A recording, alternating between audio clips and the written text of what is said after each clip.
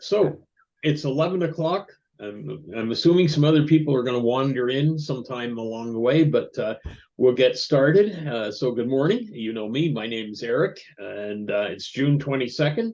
And thanks for attending our weekly Aging with Pride discussion group for 2S LGBTQ plus seniors and allies. And thank you to our partners at SAGE and the Pride Center. Before I introduce our speaker, I must acknowledge that we're located on Treaty 6 territory and respect the histories, languages, and cultures of First Nations, Métis, Inuit, and all First Peoples of Canada, whose presence continues to enrich our lives. Just a couple of quick housekeeping items. As you will have noticed, that today is being recorded. And so if you would prefer that your image not be used, please turn off your camera. And secondly, we want to make sure that our weekly meetings are a safe space. So please respect the speaker by remaining muted during the talk. We'll unmute you for the Q&A following their presentation. Be mindful of time limitations and keep your questions and comments as brief as possible so everyone can participate. And respect confidentiality of personal information. So now, with great pleasure, I'd like to introduce you to Nicole. Nicole is from Easy Peasy Downsizing. And in 2011, Nicole's dad needed to downsize and move after living 35 years in their family home and having had a stroke. It was then that Nicole realized a company such as Easy Peasy Downsizing would be a great service and could help others. Nicole gets satisfaction from making people happy. And after opening the company, she realized that the work fills her bucket as well. Nicole is a creative visionary that helps customers develop a plan for their home and make it happen. She is also a professional home economist and trained professional organizer interested in working with people so that they can live their life to the fullest. And a fun fact, she is passionate about the business and loves spending her time with her husband, friends, and dog. So that's it. Nicole, over to you. Well, thank you very much for having me here today. I really appreciate your time and the chance to interact with you. Really, this is a great opportunity. Now, I'm going to share my screen. And just give me a nod up that you see it. Yeah. Okay, excellent. Okay. So this is called Recreating the Lifestyle You Desire. And yeah, and again, Eric introduced me. Again, I am Nicole Skiba. And these are just some of the pictures of me at work with my clients, or, you know, some of the work we've done. These are, I'll just tell you, this is like before and after, and this is before and after, and that's some of the work, and that's one of my clients who now has passed away, and this is one of my colleagues, and yeah, so again, I'm really happy to be here today, and I always like to get to know my audience just a little bit, so if you could do me the favor of just one at a time telling me your first name, which I can see as well, of course. But on top of that, tell me how many years you've been in your home for. And we'll just do this really quickly, just so I can get to know you. Maybe we could start with Larry, because he's first on my list.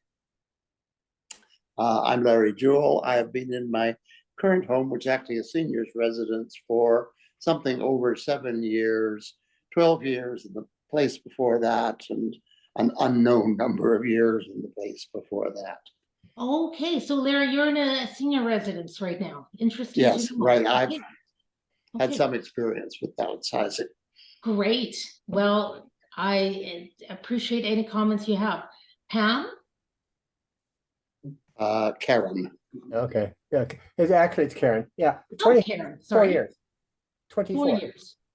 Great. And Joan is next on my list.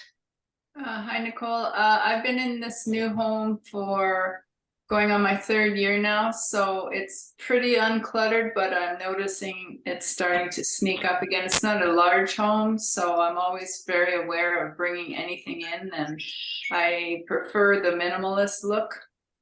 Great, good for So- you. Yeah. Okay, and then we have Grant, I believe, right? Hi, Nicole. I've been in my current home 20 years next week. 20 years next week. Okay, and then Alvin, you're also listed as well. And I don't know if you hear me or if you can Yes, just I respond. can. Yeah, Nicole. So I've been in our current home 20 years. Okay, another 20 year. And I know Eric and Jan are here as well. I don't, oh, there's Eric, okay. Okay, so I've been in my current home for 31 years, which is a very scary prospect. I'm trying to devote 2 hours every week to getting rid of stuff, but it's there's too many other things to do. Yes, yes. And how about you, Jan? I've been in my condo here for 13 years. 13 years? Nice. Yeah. And then there's one more person, iPhone 11. Do you just want to say how long you've been in your home for? I don't know if you can hear me. We'll just go on. Okay. So now it's important to think about downsizing sooner rather than later. By not doing so, you'll find that your stuff just gets more piled up because most of us are not good with wielding through our stuff and sending things out the door. As well, you lose a lot of money and become very burdened by the situation. And I'm going to just give you a quick example. I had a client, her name was Sally, and Sally had a wonderful career. She enjoyed a life with a partner, her dog, and she loved to shop. And she even communicated in first name basis with a certain prime minister. But unfortunately, in her after she retired, she actually got into a horrible accident and sustained injuries that allowed her to only lift a few pounds at a time. And Sally recovered from her accident and used shopping for therapy. Unfortunately, after that, she separated from her partner and her dog died, but she still had her house, and she chose not to deal with her situation. She chose just to wait, and wait she did. And she waited for years, and then finally at one point, easy peasy downsizing came into the picture. And by this time, Sally was very, very stressed, and her home lost a lot of value because she waited way too long. And then there's a different scenario. I was another client who saw foresight. She was a very smart, well-educated lady, and she was smart enough to see the road ahead. She was living with her partner who had early stages of dementia. And she was worried about, they lived in a lovely family home in Edmonton, and she was worried about how she was going to manage the place by herself, especially with her partner getting worse. And so again, she decided she was just going to make the jump, and she was going to move, and she was going to go through that downsizing process. And I asked her after we moved her, I said, do you have any advice for my future clients? Because I just think that you had so much foresight and so much knowledge, and you just knew what you needed to do. And this is what she said. She says, it's better to move while you're keeping up with the house, because you'll get better value for your home, which is so true. And as I was talking previously about my other client who did lose a lot of value in her home because she waited too long. As well, she said, when you take all the stuff and the people and set yourself up well in a new place, that family home that you cherish so much just becomes a house. It's better to learn to let go. So anyways, and this is a cute little comic here you may want to take a look at. Give yourself a little chuckle. Okay, so now we're going to talk about creating a plan to achieve your vision. But first, what is your vision? These are just some questions I want you to ponder about. We're not going I'm not going to hear your answers. I just want you to think about these things. First of all, does where you live give you the best opportunity to do what you want? Second, can you comfortably manage your daily personal and care needs? Are there some specific areas of your life you could use some assistance? Are there any risks to your safety or your well-being in your home?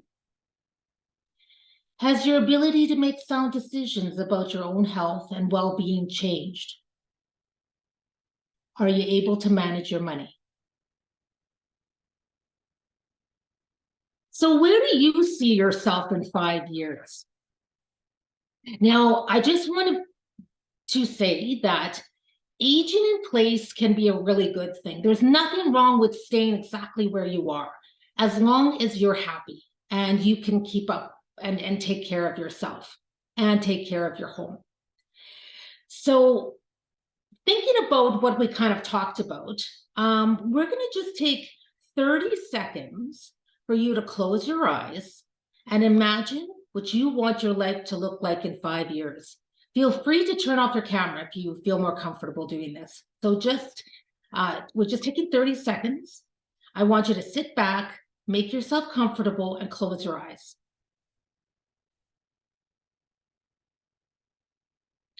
What do you imagine your life is like in 5 years? Where are you? What's around you?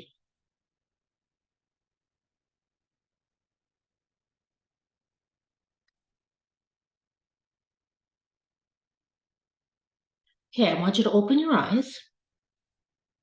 Would anybody like to share and we'll do this very briefly, would one person like to share their vision of where they would like to see themselves in 5 years?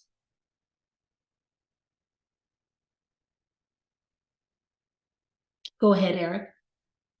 Okay, I see myself in a seniors living apartment somewhere. Not sure if it's a retirement village or a place like the Churchill or more of a just an apartment building, but I imagine myself out of here and into a place where I don't have to be concerned about upkeep and so on. Okay, that's excellent. Thank you, Eric. So I want you all to keep your vision in mind because we're going to be bringing that up later on. So when you view your new home options, you have many choices. You can choose a retirement community. You can choose a 55+ apartment. You can choose a smaller house or a townhouse. And you can also stay where you are. But if you decide to move, when you see places you like, be sure to obtain the floor measurements and take pictures because you want to remember as much as you can. Now, I have a special plug for retirement communities, and that is, I do think that they are a great choice because unfortunately, sometimes in 55+ apartments, smaller houses or townhouses, they can be isolating. And it's really important for us not to be isolated because first of all, it can be very lonely. And second of all, you need the stimulation from socialization and from just being with others to keep your brain moving strong. So here's just a quick video. I want you just to watch this. You won't be able to hear the sound very well, but what I'm going to do is I'm just going to play it. I want you to watch the reaction of the person, okay? I'm just playing this for 5 seconds. Oops, sorry. What happened there? There we go.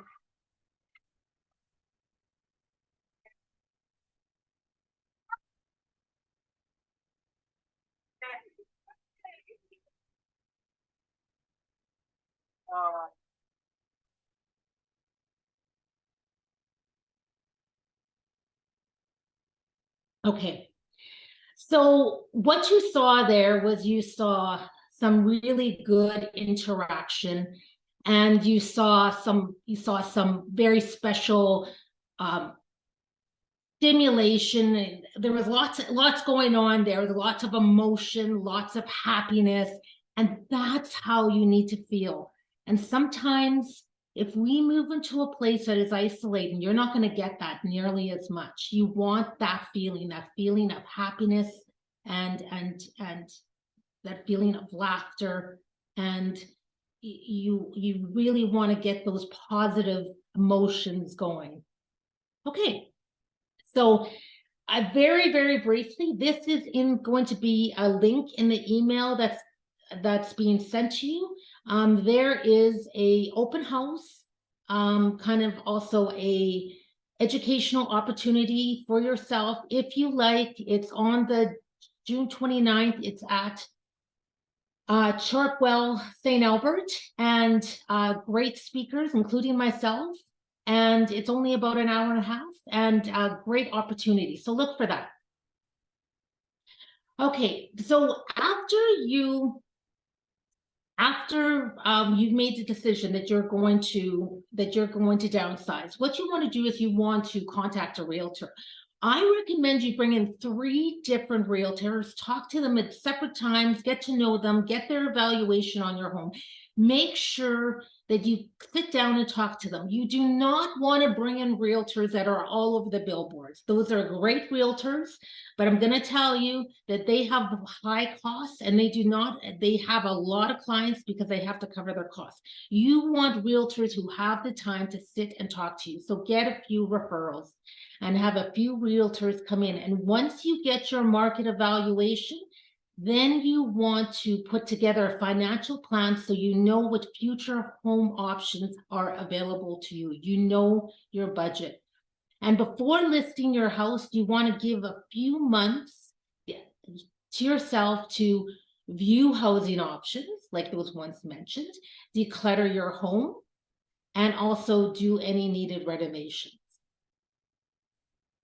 When you prepare your house to list, you want to have it decluttered, clean, and freshly painted. Now, you don't have to paint the whole house, but definitely the entrances often get scuffed, and maybe that's the entrances to room, the entrances to your house, they're often scuffed and more marked. It's good to give them a little fresh coat of paint, as well as make sure your home is decluttered. Get a good realtor and they will give you, who can give you some staging advice and actually take professional pictures. So anything posted online, which all sales are now posted online, really look good and appeal to a wide variety of people. Now, when I was shopping for a home about 20 years ago, I walked into one home that was very cluttered, and I walked into another home that was the walls were scuffed and the carpet was not clean. And both of those homes could have been really great homes, but I could not see past the dirt and I could not see past the clutter.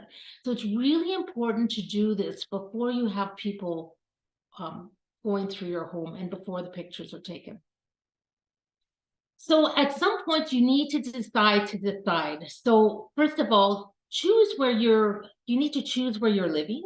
So whether if you're choosing a retirement residence, then where are you going? If you're choosing a townhouse, then where are you going? Make sure you're taking pictures of your new home, obtaining floor measurements, and creating a floor plan, and determine which furniture and large artwork from your current home it could go into your new home. When you're choosing where you want to live, one more thing is choose the area of the city that most appeals to you, And as you're checking out different places, definitely make a list of the top 3 things that you want, that you really, really want in a place. Maybe the top 2 things you kind of are nice to haves, and then use that list to help you make your final decision. So when you confirm where you want to move, you want to make sure you try to set it up so that your move-in date will be at least 1 week to 1 month before you move from your current home. Basically, you want some time after you move, you want some time to deal with after you move into your new home, you want some time to deal with your old home, to get everything done and ready. It just takes a lot of stress out of the picture. And you can deal with your realtor to make sure you outline this kind of condition in your sale agreement for your home. So that's something you should talk to your realtor about to make sure the move-in time is right for you. So when downsizing, you want to start with your furniture and large artwork. Think of these as your large obstacles that are in your way to your move. So the reason why I keep on mentioning floor plan is because you need to make sure that the right furniture is going into your new place. So kind of have a really good idea of what fits there and what your needs are. Once, let's say, you figure out which dresser you want to take or where you're going to be keeping your clothes, let's say you have a tall boy, you want to empty that tall boy, take out everything you don't need, and then you want to add into it only those things that you're taking, and then slowly eliminate. So that's one of the first things you need to do, is you need to start off with the furniture and the artwork, and then decide also what could help you stage your current home. So when you're getting your home for sale, that's usually stage 2. Stage 1 is figuring out what you're taking to your new place. Stage 2 is usually getting your home ready for sale. And so is there pieces of furniture that will help you stage your home, and then get rid of the rest, whether you sell it or you or donate it. I'll go more into that later. This is basically the downsizing process as you're going through your smaller stuff. So you're going to sort, purge, assign a home, containerize, and evaluate. So this is kind of dry, so I'm going to go through it really fast. So let's say you got sporting equipment. You bring all your sporting equipment to one room and you're going to sort it. You're going to decide what is good and what's not. Let's say you're into racket sports right now, like you love tennis and you love racquetball and you love squash, that kind of thing. And so you're going to decide you're going to keep all your rackets and all your balls that go with it. So everything else is going to be purged. And then you have to decide, okay, in your new home where you're going, where are you going to keep all this rackets, the racquetball equipment? So let's say you decide that you're going to keep it in your closet, in your spare bedroom, but maybe you'll hang your rackets up in the closet because they're nicely out of the way. And then you get a small container that is perfect for storing all the balls. And then when you get to your new home, you can reevaluate. Okay, is this working? Is this enough space? Or maybe you'll all of a sudden decide to take up golf. And then all of a sudden you'll have to maybe reevaluate where that's going to go. So when it comes to organizing and downsizing, there's a few things you may want to keep in mind that help you move on. First of all, we use 20% of what we own 80% of the time. This is especially true of paper files or clothing, which is often our biggest challenge. You have this handout, by the way, being sent to you. And so I want you to try this on for size. Keep the clothing when it is a classic, and downsize those items that are out of style, the wrong size, the wrong color, or mismatched. Or keep the clothing when you have used the items within the past year, or you see yourself wearing them in the near future.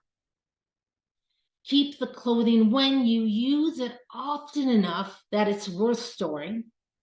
Keep the clothing when you only have one. Do you need more than one?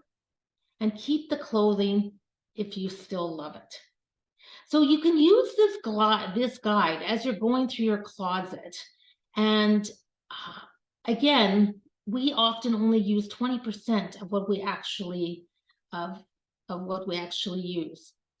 So here's other tricks to keep in mind when you're doing your downsizing. This is actually a picture of my former client's entertainment area.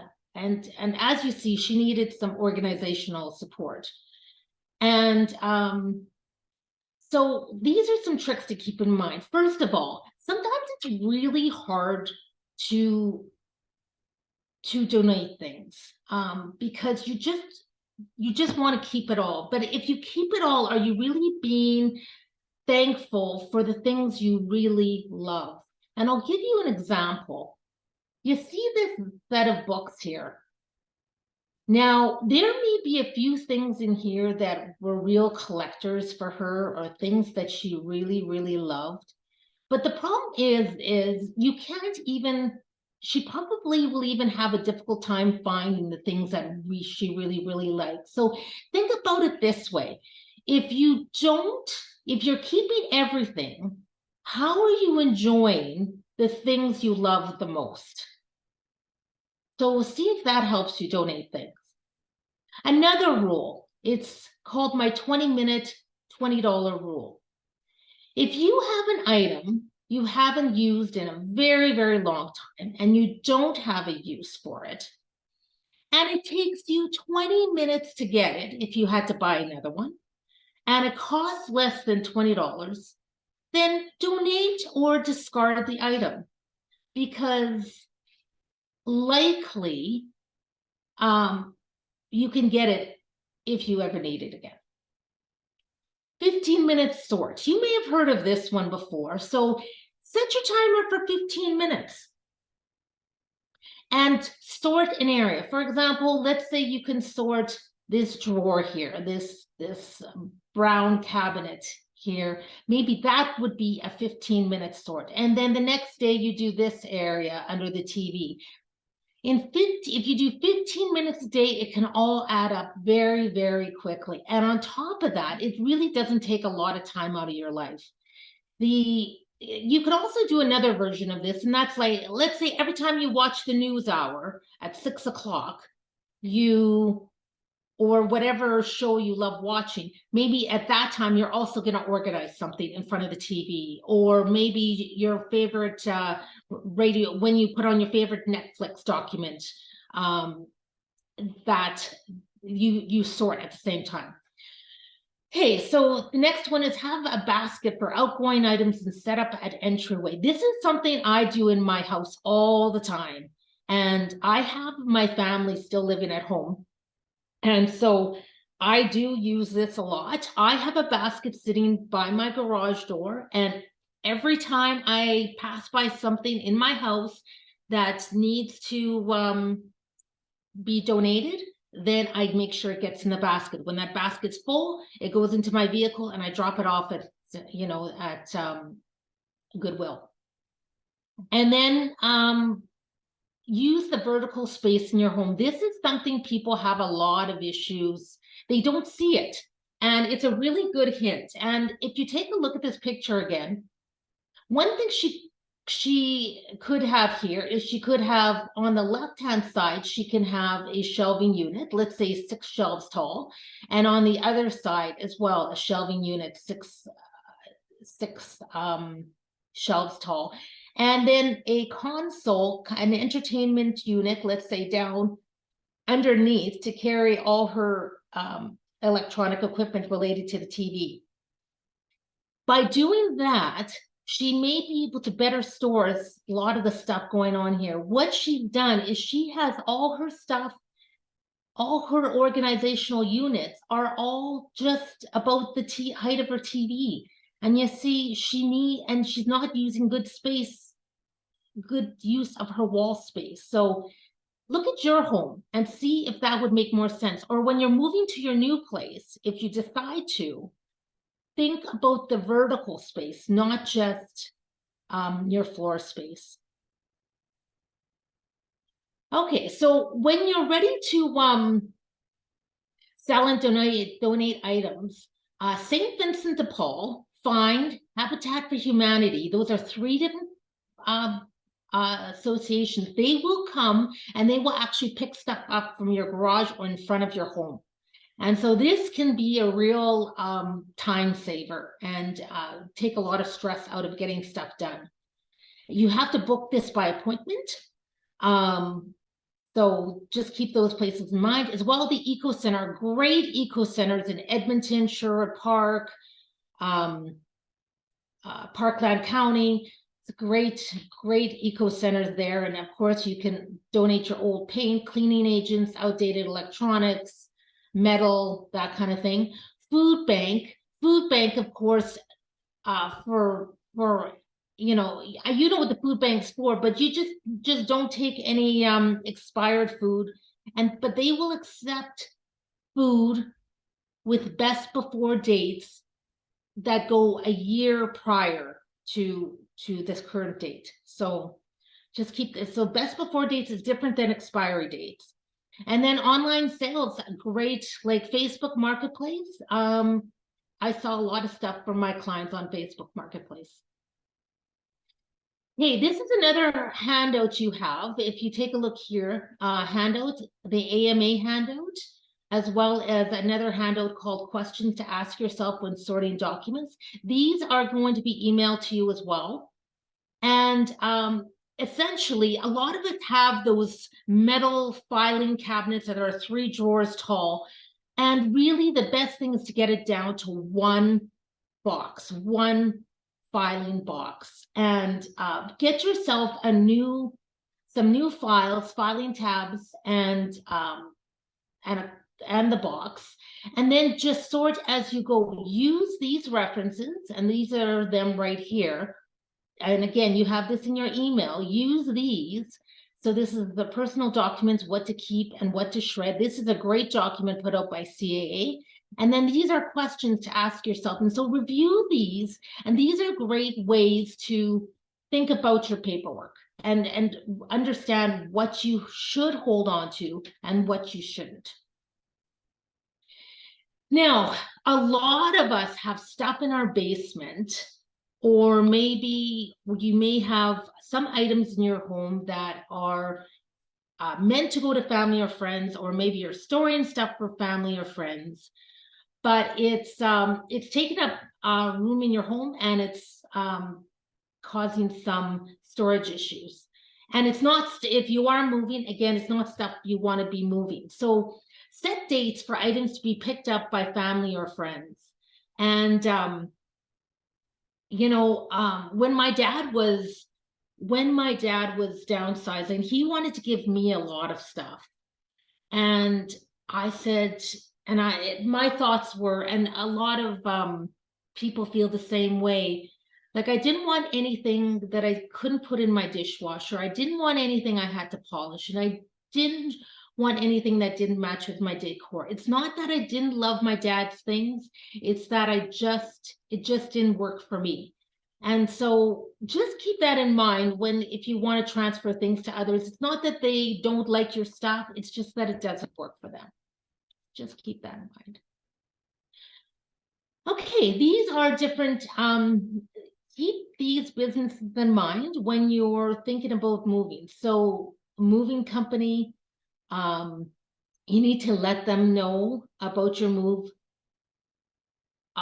Best to do it 6 weeks in advance, to be sure you get your date. Don't choose the first weekend or the last weekend of the month. Those are the most expensive and the most booked up dates. So always try to book in between there. New building manager. So if you're moving into a building such as a retirement community, you have to inform them. Cleaning service.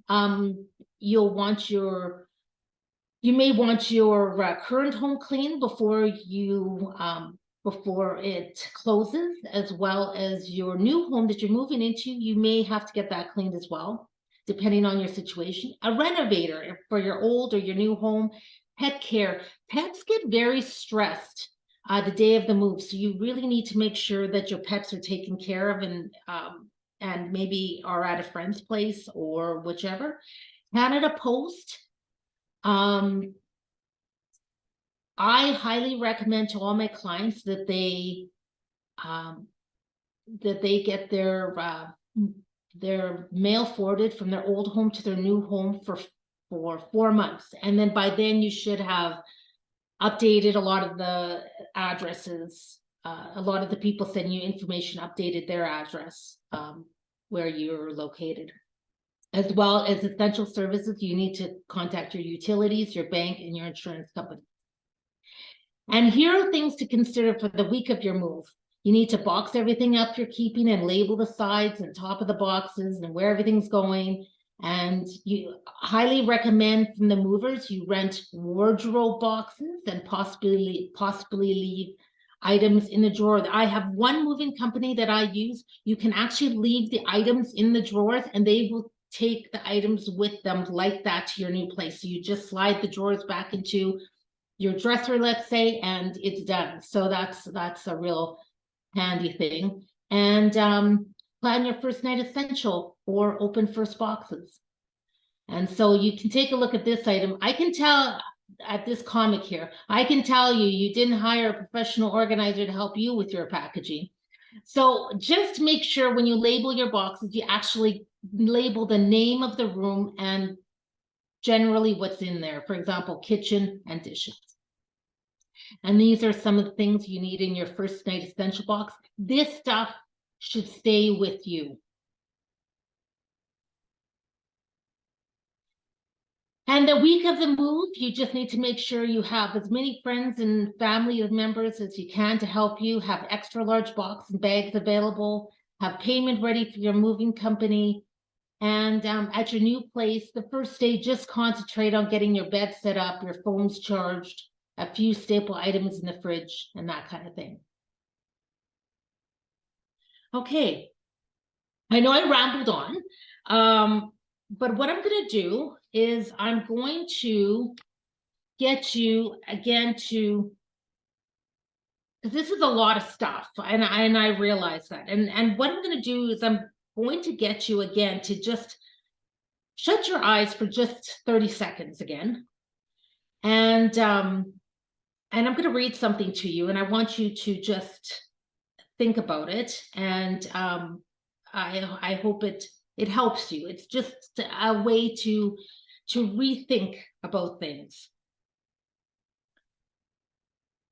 I'm a good person and contributed to society, and I deserve to live a life free from stuff and a house I no longer need. I will not think about what I should have done or judge myself for past doings, but look to the future. I will strive for the life I want and do what it takes to get that done. I will ask for help when needed and let no task get undone. So now what we're going to do is I need you to, if you have a piece of paper near you, a blank piece of paper and a pencil, I'd like you to grab it, please. Because we're just going to do 2 minutes of work here to help you get some goals in place. So we kind of talked about visions before. So I hope you seriously thought about a vision. And now we're going to talk about very briefly about setting a goal towards that vision. So have any of you ever heard about setting up a SMART goal? Have you heard the, okay. So SMART stands for, it's an acronym that stands for specific, measurable, achievable, realistic, and timely. So this is a goal that was set using this acronym. So I'm going to read this first, and then I'll show you how it breaks down. I'm going to reorganize and declutter my kitchen over 3 months between July 1st and October 1st. This includes selling and donating unneeded equipment and appliances. I will schedule the first 2 weekends into my calendar and do the majority of the work. So again, using your acronym, specific was they reorganized and decluttered. M is measurable, and it's the kitchen. A is achievable. Well, you're giving yourself between July and October. Realistic is, can they actually do it? Well, there's nothing that they won't be able to handle here. And T, timely, it is going to be done during the first 2 weeks of July. So this is just an example, and I want you to do this yourself. I want you to think about your vision. So take your paper and just briefly write your vision on top. It could be Eric's, let's say, was to move to a retirement community in 5 years. So maybe, for example, Eric's example, maybe he needs to work with 1 room at a time. So maybe it is the kitchen for Eric, and maybe he needs to start thinking about how to downsize his kitchen to get it to where there is, you know, because if you have years worth of stuff in there may be stuff you need to sell, things you need to donate. Maybe there's just clutter that needs to be dealt with because you haven't looked at it in years. And so this may be something that Eric wants to do, and not necessarily for sure, but maybe that would be something. Or maybe there's another room.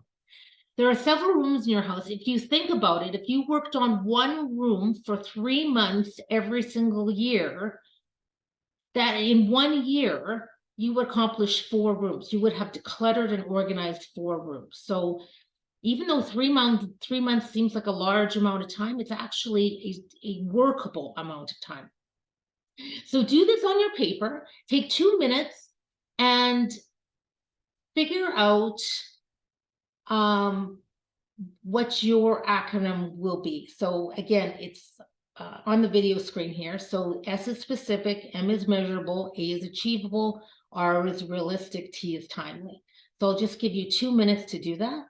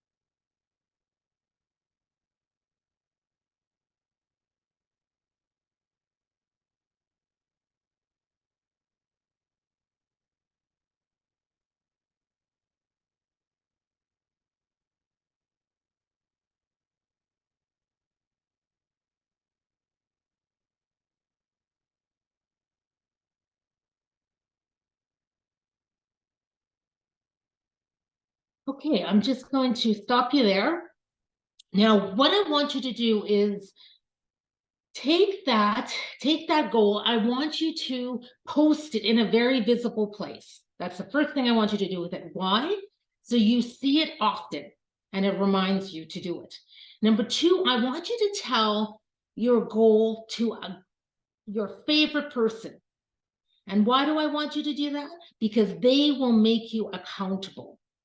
They will ask you about it. So how is your kitchen going?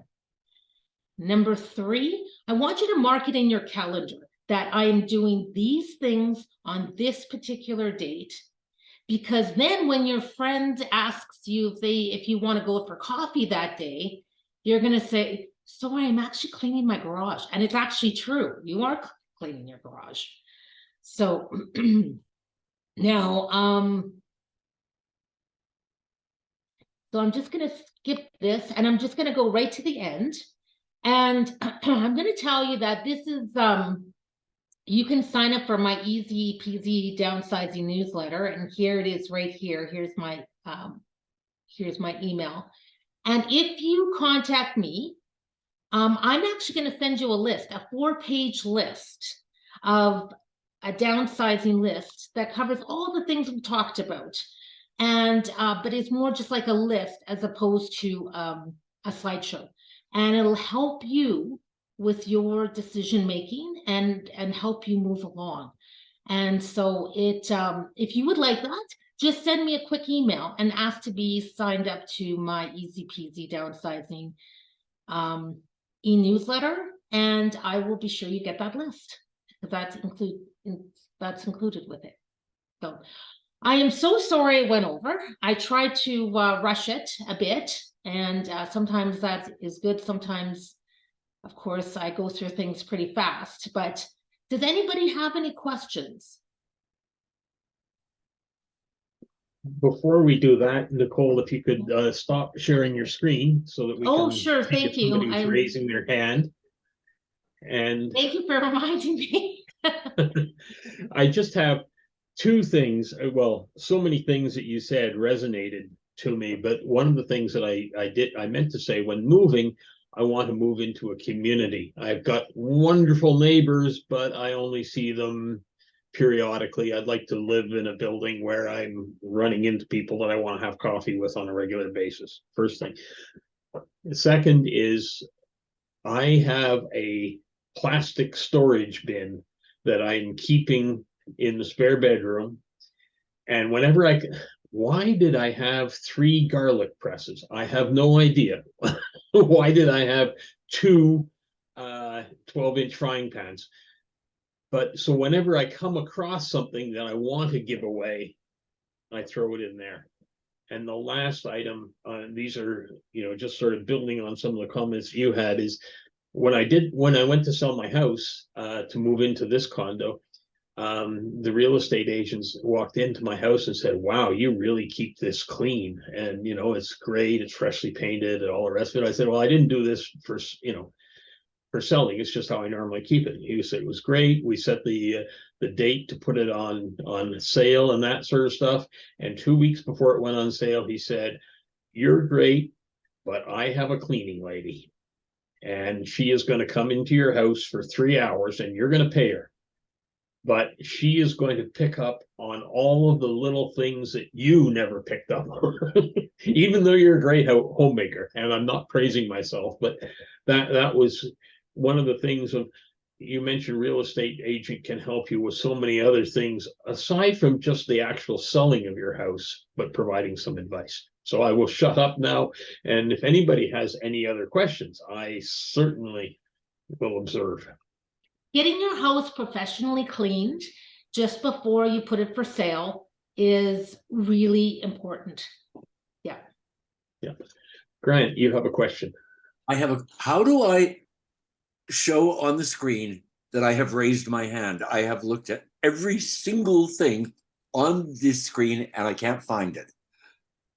So it is under reactions on the bottom of your screen.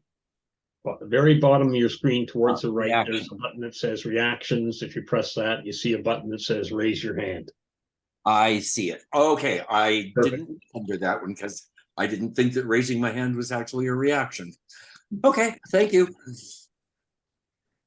That was it? I do actually have a question. I have a serious problem, which is books. I have hundreds, probably thousands of them. I have 4 bookcases just in my bedroom, and they're all double shelved. What in the heck do you do with old paperbacks? There is a number of things you can do with old paperbacks. This is a small list is critical on White Avenue. There is a couple of used bookstores. I have donated the books to the bookstores on behalf of clients. The other thing is a lot of you can donate, let's say, to even like senior retirement communities. For example, a lot of them do have libraries, and there's a lot of them throughout the city. So that is a good place to donate them as well. The nice thing about the bookstore is they will actually pay you back for big classics. You know, if you have some bestsellers in there, especially if they're hardcover, they might give you a few bucks for them. And yeah, the other thing is donating them to Goodwill.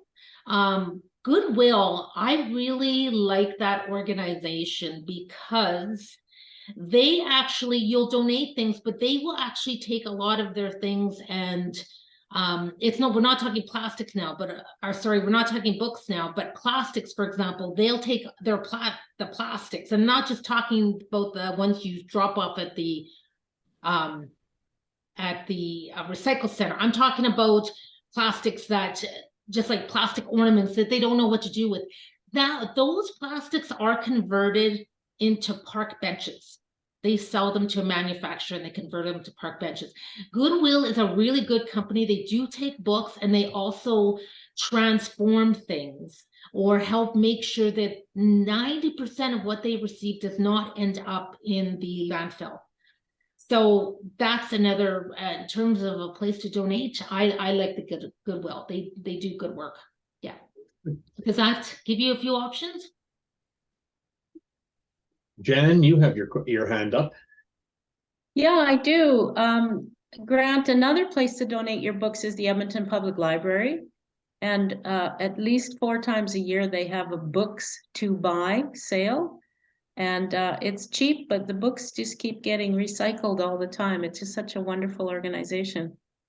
Nicole, I have a question for you. You mentioned to paint your entranceways, you know, your doorways and stuff just to freshen them up. What color? You know, you probably have, or you may have some paint around from when you last painted your home. So I would just touch them up. So what you're doing is you're just touching up your doorways and touching up your entranceways to make sure that there's not a lot of scuffs and to just freshen it up. And you will see the areas, right? So I'm not saying to go and repaint your house a totally different color. What I'm saying is just to use the paint color you already have in your home and just touch it up. This is also something you should talk to your realtor about. If your home is a very, let's say you love the color, you love bright green, and you decide to paint the entire inside of your house bright green. Well, unfortunately, bright green is not a color that appeals to a huge number of people for the walls inside their home. So a good realtor will tell you, you know, I know you love bright green, but you need to maybe tone down your wall color because most people, bright green will not appeal to most people. So if anybody asks me that, I would give them that advice, but that is partly why you need a real good realtor, a realtor that really cares about you and your home and wants to get that home you know, ready for you for sale. So so that is a good question to ask your realtor as well. Thanks. Larry, did you have a question? I don't have a question. I will simply make a couple of comments from my experience and the things that I wish I had known when I moved. One of which it certainly is to understand something about the sorts of retirement communities. Everyone sort of thinks of chronic hospitals and nursing homes immediately. To know there is a range from essentially independent to the people with very great need. The other thing that I that I think is important is to make your move, if you're going to move, a little before it's absolutely necessary, so that you make the decisions rather than somebody else making decisions for you. Yeah, that's a very good point, Larry.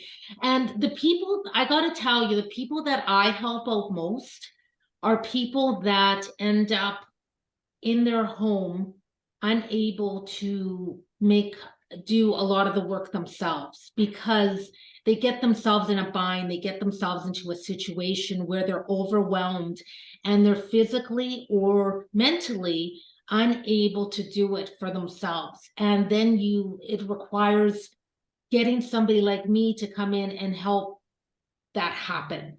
And unfortunately, it's happening a lot because people are, they want, and I understand everybody wants to stay in their home and they want to stay independent. I totally get it. I live in my own home. But you have to have foresight. And that's why I'm getting you to think 5 years ahead. Like, where do you want to be in 5 years? Because that's what you have to be preparing for. And that's why you need to have vision. And just like that second client I initially talked about, who had good foresight, she saw that her partner had dementia and early stages. She knew she was in a home that she wouldn't be able to handle herself. So what about you? Where are you going to need to be in 5 years? Super. Well, listen, we're getting very close to 12 o'clock. So I want to say, first of all, thank you so much, Nicole. Very, very valuable. I think we need to all think about where we're going to be. I did housing for Sage, helping seniors find appropriate housing. I used to always say, you can't predict the future, but try to move 2 years before you need to, because that gives you the most options. But I think you're right, 5 years is an awful lot better. I'd just like to remind before we go, I will say, I will send out to everybody that's here a few handouts that Nicole has shared with me. I'll send that out. Don't forget, we have movie night tonight at the Metro Cinema. Tain't Nobody's Business, Queer Blues Divas of the 1920s, with a panel discussion to follow. So please join us there. Or next week will be our last Aging with Pride of this season, and we will be restarting again in October. So next Thursday, we're going to have just a community conversation, what you felt about this season's presentations, the ones that you like, the ones that we could have done away with, and suggestions for the future. That would be appropriate. So to wind up, Nicole, you've got 1 minute if you have any final comments for us. No, it was a pleasure to be here, and so thank you very much for your time. Anybody, I give referrals for free. If you're looking for a realtor, feel free to give me a call. If you're looking for a house cleaner, feel free to give me a call. If you're looking for anybody in the service industry in regards to selling your home or downsizing, I'm here. And referrals are free. I also do free consultations, but that is not why I'm here. I was here just to educate you. So yeah. Super. Thank you again, Nicole. Really appreciate. I will be sending out, and Nicole's contact information is on. It is on one of the handouts that I'm sending out. So that's it. Aside from that, thank you everybody for coming this week. We'll hope to see you either tonight or next week or maybe next season. So take care, everybody, and have a good day. Thank you. Thank you, Aging with Pride. See you at the movie. Yeah, then.